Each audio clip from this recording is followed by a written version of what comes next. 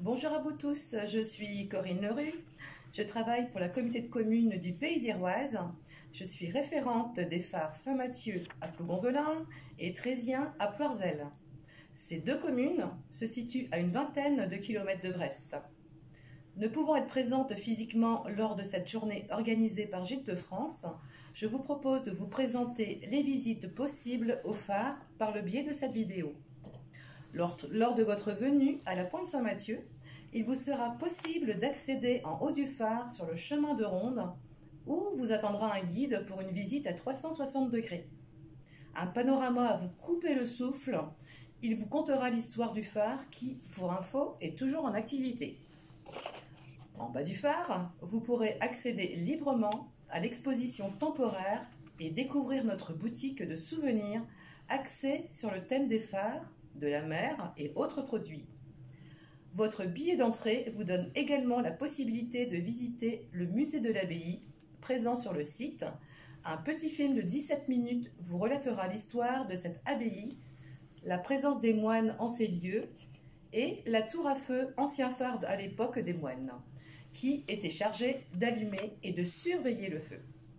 Vous pourrez poursuivre votre balade en empruntant le GR34 pour aller visiter le mémorial pour les marins péris en mer, abrités dans un fortin datant de la guerre.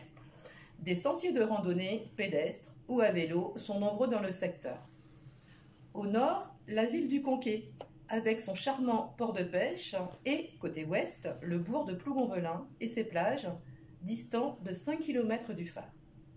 Sur la commune de Ploirzel, commune du continent la plus à l'ouest de France, à 500 mètres de la pointe du Corsen, se situe le phare de Trésien.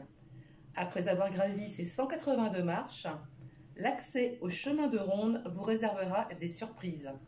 Un panorama composé de 10 îles et îlots qui se profilent à l'horizon avec une vue sur l'archipel de Molène et l'île d'Ouessant. Un guide se fera un plaisir de vous conter l'histoire du phare.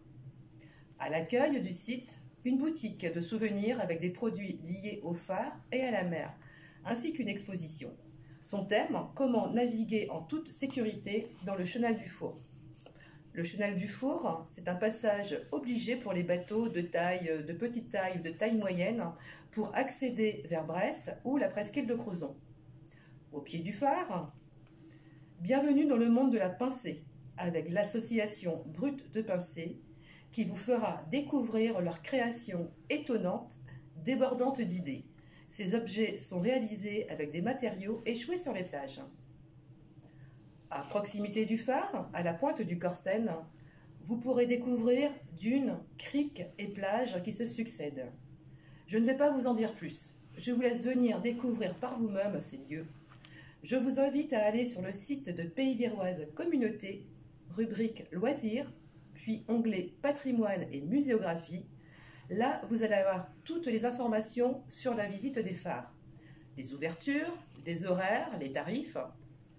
À noter, les passes de visite à des prix intéressants et les nuits du phare pendant l'été à ne pas rater. Je vous dis à bientôt, au plaisir de vous voir sur nos sites. Au revoir à tous.